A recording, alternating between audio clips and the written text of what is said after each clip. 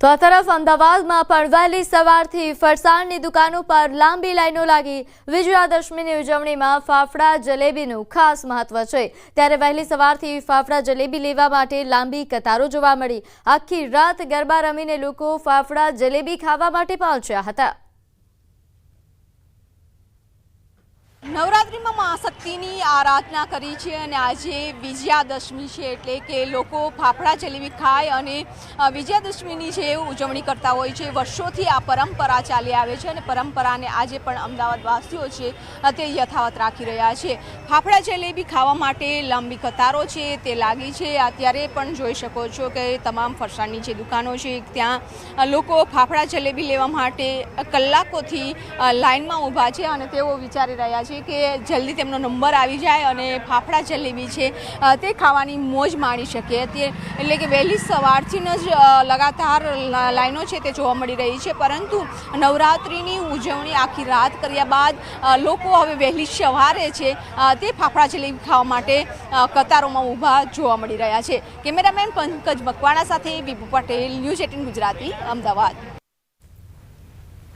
તો રંગીલા રાજકોટમાં પણ લોકોએ વરસાદી માહોલમાં ફાફડા જલેબીનો આનંદ માણ્યો। દશેરાના પર્વ નિમિત્તે ફરસાણની દુકાનો બહાર લોકોની લાઈનો લાગી છે।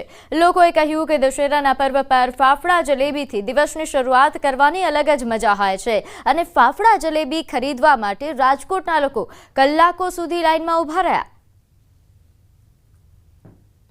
દશેરાની શરૂઆત ગાંઠિયા વગર તો ગાંઠિયા જલેબી તો હોવા જોઈએ સ્પેશિયલ। 1 કલાકથી લાઈનમાં ઊભા છે પણ ગાંઠિયા લીધા વગર જવાનું નથી। ભલે વરસાદ ચાલુ થઈ ગયો છે પણ ગાંઠિયા લીધા વગર જવું નથી ઘરે।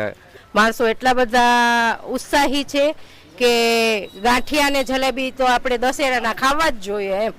આજે દશેરાનો પર્વ છે ત્યારે રાજકોટ વાસીઓ છે તે મસ્ત મજાના ફાફડા આરોગીને આજે દશેરાના દિવસની શરૂઆત કરતા હોય છે। ત્યારે અત્યારે આપ દ્રશ્યોમાં પણ જોઈ શકો છો કે જે રીતના અત્યારે ફાફડા અને જલેબીની ખરીદી કરવા માટે રાજકોટના લોકો છે તે મોટી સંખ્યામાં ફરસાણની દુકાનની બહાર લાઈનો લગાડીને ઊભા જોવા મળી રહ્યા છે। હાલ આપણી સાથે રાજકોટના લોકો છે, આપણે એમની સાથે પણ વાત કરવાનો પ્રયાસ કરીશું। ફાફડા અને જલેબી એ તો અમારું કહેવાય ને કે અંગ છે, કેમ કે આપણે આમ જોવા જઈએ તો બધા અહીંયા આપણે શુદ્ધ વેજીટેરિયન લોકો છીએ। ગાંઠિયા એ અમારો પ્રોટીનનો સોર્સ છે અને આ પ્રથા 5000 વર્ષથી છે અહીંયા આગળ। અમારા સૌરાષ્ટ્રની આ ભૂમિની ઉપર ગાંઠિયા ખાવાની વર્ષોથી છે આ પ્રથા। હાજી, આ લાઈનમાં ઊભા છીએ નાનપણથી। હું તો અહીંયા જ મોટો થયો છું। 51 વર્ષમાં આ પહેલી વાર એવું છે કે વરસાદ છે આજના દિવસે। આ એક આપણે જે ગ્લોબલ વોર્મિંગ જે છે એ ખતમ થાય અને આપણે ગ્રીન એનર્જી તરફ જઈએ એ સારી વસ્તુ છે। એટલે ભગવાન શ્રી રામને યાદ કરીને કહીએ કે હવે આપણે પણ રામ ભગવાનના રસ્તે આપણે વધીએ આગળ। ખાસ કરીને જે રીતના લોકો છે તે વહેલી સવારથી લાઈનમાં ઊભા છે અને જે છે ફાફડા જલેબી જે છે એ ખરીદવા માટે આવતા હોય છે। ખાસ કરીને આજે વરસાદી વાતાવરણ છે, વરસાદી વાતાવરણ વચ્ચે પણ લોકો છે તે ગાંઠિયાની ખરીદી કરી રહ્યા છે। ખાસ જે રાજકોટ શહેર છે ત્યાં રાજકોટના લોકો છે તે ખાવા માટે પણ ખૂબ જ જે શોખીન છે, જાણીતા છે અને એટલા માટે જ જે છે અલગ અલગ વાર તહેવારો પર અલગ અલગ વાનગીઓ આરોગતા હોય છે। ત્યારે દશેરા ઉપર ખાસ ફાફડા અને જલેબી આરોગવાનું પણ એક અનેરું મહત્વ જોવા મળી રહ્યું છે। હાર્દિક જોશી, ન્યૂઝ 18 ગુજરાતી, રાજકોટ। તો રાજકોટમાં તહેવાર પહેલા આરોગ્ય વિભાગ સતર્ક બન્યું છે। શહેરમાં તહેવારો પહેલા ફૂડ સેફ્ટી ચેકિંગ હાથ ધરાઈ છે। નોંધનીય છે કે દશેરાના પર્વને લઈને આરોગ્ય વિભાગ દ્વારા તપાસ પહેલા કરવામાં આવી હતી। રૈયા રોડ પર આવેલા બાલાજી ફરસાણમાં પણ તપાસ હાથ ધરાઈ, જ્યાં આરોગ્ય વિભાગ દ્વારા અલગ અલગ મીઠાઈના નમૂના લેવામાં આવ્યા હતા। મીઠાઈમાં એક્સપાયરી ડેટ લખેલી ન હોવાનું સામે આવ્યું। ચોખ્ખાઈને લઈને આરએમસી દ્વારા નોટિસ પણ અપાઈ। તો શહેરમાં કુલ 33 જેટલા નમૂના લેવામાં આવ્યા। બપોરના સફાઈનો થોડોક અભાવ રહી ગયો છે, જેને વર્કરોને મારે જમવા છોડવા દેવા પડ્યા એટલા હિસાબે। બાકી અહીંયા કોઈ દિવસ કોઈ જાતનું કાંઈ અનહાઇજેનિક હોતું નથી। 100% અમારા ગ્રાહક છે એ અમારા સર્વોપરી છે, અમે એનો વિશ્વાસ કોઈ દિવસ તોડવા નહીં દઈએ। હાલ દશેરાનો તહેવાર નજીક આવી રહ્યો છે ત્યારે આરોગ્ય વિભાગ દ્વારા પણ ઠેર ઠેર તપાસ કરવામાં આવી રહી છે। આવતીકાલે દશેરાનો પર્વ છે ત્યારે જે છે અત્યારે આરોગ્ય વિભાગ દ્વારા ખાસ મીઠાઈની જે દુકાનો હોય છે ત્યાં અત્યારે જે છે અત્યારે તપાસ કરવામાં આવી રહી છે। આપ અત્યારે સીધા દ્રશ્યોમાં પણ જોઈ શકો છો કે આરોગ્ય વિભાગ છે તે અત્યારે તપાસ કરી રહ્યા છે। સૌથી મહત્વની બાબત એ છે કે મીઠાઈ જે બનાવતા હોય છે તેમાં જે છે આરોગ્ય વિભાગ જે કોઈ અખાદ્ય પદાર્થ છે કે નહીં એમને લઈને પણ અત્યારે તપાસ કરવામાં આવી રહી છે. આપ દ્રશ્યોમાં પણ જોઈ શકો છો કે મહાનગરપાલિકાની આરોગ્ય વિભાગની ટીમ છે તે અત્યારે અહીંયા પહોંચી છે. અત્યારે એમના દ્વારા તપાસ હાથ ધરવામાં આવી રહી છે. જે રીતના અત્યારે જે અલગ અલગ મીઠાઈઓ છે તેમને લઈને પણ અત્યારે જે તપાસ કરવામાં આવી રહી છે. રૈયા રોડ સહિતના શહેરના અલગ અલગ વિસ્તારોમાં આરોગ્ય વિભાગ દ્વારા જે છે મીઠાઈના નમૂના પણ લેવામાં આવતા હોય છે, ફરસાણના નમૂના પણ લેવામાં આવતા હોય છે. ત્યારે જે રીતના જે ચાંદીના વરખ હોય છે તેમાં કોઈ જે છે એ ખામી છે કે નહીં, તે અખાદ્ય છે કે ખાદ્ય છે તેને લઈને પણ તપાસ હાથ ધરવામાં આવતી હોય છે. અલગ અલગ જેના કોઈ અખાદ્ય પદાર્થ મળશે તો તેમની સામે કાયદેસરની કાર્યવાહી પણ કરવામાં આવશે. હાર્દિક જોશી, ન્યૂઝ 18 ગુજરાતી, રાજકોટ.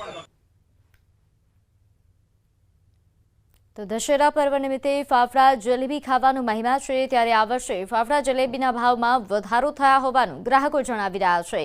આણંદ અને વિદ્યાનગરમાં ફાફડા જલેબી બનાવવામાં 100 થી 150 જેટલા લોકો સંકળાયેલા છે. જો કે આ વર્ષે ફાફડા જલેબી બનાવવા માટે ઉપયોગમાં લેવાતા ચણાની દાળ અને જલેબી માટે ખાંડ મોંઘા થતાં ફાફડા જલેબીના ભાવમાં વધારો થયો છે. ફાફડા જલેબી લેવા આવતા ગ્રાહકો કહી રહ્યા છે કે ગત વર્ષ કરતાં આ વર્ષે ફાફડામાં કિલોએ 40 થી 60 રૂપિયા અને જલેબીમાં કિલોએ 30 રૂપિયાનો વધારો નોંધાયો છે. જ્યારે વેપારીઓના જણાવ્યા પ્રમાણે જીએસટીમાં ઘટાડો થયો હોવાના કારણે તેઓએ ભાવ વધારો કર્યો નથી. ગઈ સાલથી આ સાલમાં ફાફડા જલેબીનો જે ભાવ છે એનો એ જ છે. એનું મુખ્ય કારણ એ છે કે જેમાં જીએસટીનો ભાવ ઘટાડો છે, જેથી કરીને અમે બી ભાવમાં કોઈ વધારો કે એ નથી કર્યો, જેથી દરેક ગ્રાહકને લાભ મળે. ફાફડા જલેબીના વેપારીને પૂછ્યું તો ગઈ સાલ કરતાં આ સાલ કિલોએ ફાફડામાં 400 હતા ગઈ સાલ, એને કરતાં આપણે 460 થી 70 છે, એટલે લગભગ 60-70 રૂપિયાનો વધારો છે. અને જલેબીમાં પણ એવું જ કંઈક છે કે 30 રૂપિયાનો કિલો એ વધારો છે. હર સાલ જે રેબર 40 રૂપિયા કિલો લોટ પર કામ કરતું એ આ સાલ 1 કિલો લોટે 100 રૂપિયા રેબર લે છે. એટલે લોકોને થોડીક તકલીફ તો પડે છે, પણ થોડું ઓછા વધતું, પણ ફાફડા જલેબી તો લેવા આવે જ છે. તો હાલ આણંદમાં પણ જોઈ શકાય છે કે વહેલી સવારથી જ ભલે મોંઘવારી વધી છે તેમ છતાં લોકો ફાફડા જલેબી લેવા માટે લાઈનો લગાવી રહ્યા છે. સમાચારમાં આગળ વાત કરીએ. રક્ષામંત્રી રાજનાથસિંહ ભુજ આવી પહોંચ્યા. રક્ષામંત્રીનું સ્વાગત કરવામાં આવ્યું. રક્ષામંત્રીના હસ્તે રાવણનું દહન કરાવવામાં આવશે. ભુજના મિલિટરી સ્ટેશન ખાતે સેનાના કાર્યક્રમમાં તેઓ હાજરી આપશે. સાંસ્કૃતિક કાર્યક્રમ પણ નિહાળશે. તો રક્ષામંત્રી હાલ કચ્છ પ્રવાસે પહોંચ્યા છે. નોંધ્ય છે કે તેમનું ભવ્ય સ્વાગત ભુજમાં કરવામાં આવ્યું. સાંસ્કૃતિક કાર્યક્રમો સાથે તેમનું ભવ્ય સ્વાગત કરવામાં આવ્યું હતું. નોંધ્ય છે કે તેઓ અહીં પહોંચ્યા છે ભુજના મિલિટરી સ્ટેશન ખાતે, જ્યાં તેઓ રાવણ દહન કાર્યક્રમમાં પણ હાજરી આપવાના છે. તેમના હસ્તે રાવણનું દહન કરાવવામાં આવશે તેવા પ્રકારનું આયોજન છે. સાથે ઘણા સાંસ્કૃતિક કાર્યક્રમોનું પણ આયોજન કરવામાં આવ્યું છે. આજે મહાત્મા ગાંધીની 156મી જન્મ જયંતિ છે, ત્યારે મુખ્યમંત્રી ભૂપેન્દ્ર પટેલ પોરબંદર મુલાકાતે છે. દર વર્ષની પરંપરા મુજબ કીર્તિ મંદિર ખાતે સર્વધર્મ પ્રાર્થનાનું આયોજન કરાયું છે, જેમાં મુખ્યમંત્રી ભૂપેન્દ્ર પટેલે ભાગ લીધો. કીર્તિ મંદિર ખાતે મહાનુભાવો અને શહેરીજનો ઉપસ્થિત રહ્યા. તો પોરબંદરમાં સર્વધર્મ પ્રાર્થનાનું આયોજન, દર વર્ષે આ પ્રાર્થનાનું આયોજન બાપુના જન્મદિવસ પર કરવામાં આવતું હોય છે, ત્યારે આ વખતે પણ એ જ ભવ્ય સર્વધર્મ પ્રાર્થનાનું આયોજન કરવામાં આવ્યું, જેમાં મુખ્યમંત્રી ભૂપેન્દ્ર પટેલ ઉપસ્થિત રહ્યા. તો પોરબંદર ખાતે કીર્તિ મંદિર ખાતે આ વિશેષ પ્રાર્થના જેનું આયોજન કરવામાં આવ્યું છે. દર વર્ષે બાપુના જન્મદિવસ પર આ પ્રકારનું આયોજન કરવામાં આવતું હોય છે. નોંધ્ય છે કે આ વર્ષે ગાંધીજીની 156મી જન્મ જયંતિ આપણે ઉજવી રહ્યા છીએ, ત્યારે દેશભરમાં ઉજવણી માટે અલગ અલગ કાર્યક્રમોનું આયોજન.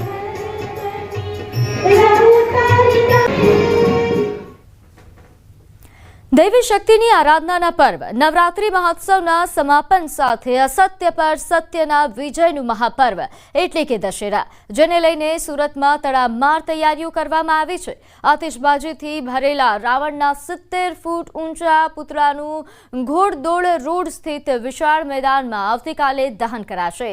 છેલ્લા 49 વર્ષથી ઉત્તર પ્રદેશના કૃષ્ણભૂમિથી આવેલા 15 મુસ્લિમ કારીગરો દ્વારા રાવણના પૂતળા તૈયાર કરવામાં આવતા હોય છે।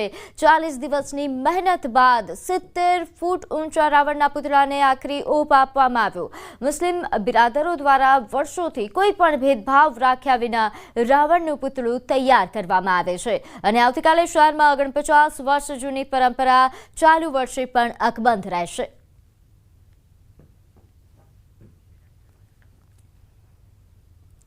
ભાવનગર શહેરમાં નવરાત્રી મહોત્સવની રાસોત્સવ સાથે ઉજવણી કરાઈ હતી। ત્યારે રેલવે સ્ટેશન રોડ પર મામાના ખાંડણિયા વિસ્તારમાં આવેલા અતિ પૌરાણિક વડવાડા મોટા અંબાજી મંદિર પરિસરમાં નવરાત્રીની અનોખી ઉજવણી કરાઈ। આસો સુદ નોમના રોજ 64 જોગણીના દર્શનનું આયોજન કરાયું। આદિશક્તિ સ્વરૂપ 64 જોગણીના દર્શન ખુલ્લામાં મૂકવામાં આવ્યા હતા। 1 થી 14 વર્ષથી 300થી વધુ બાળાઓ મનપસંદ જોગણીના સંપૂર્ણ શણગારથી સુસજ્જ થઈને ઉપસ્થિત રહી।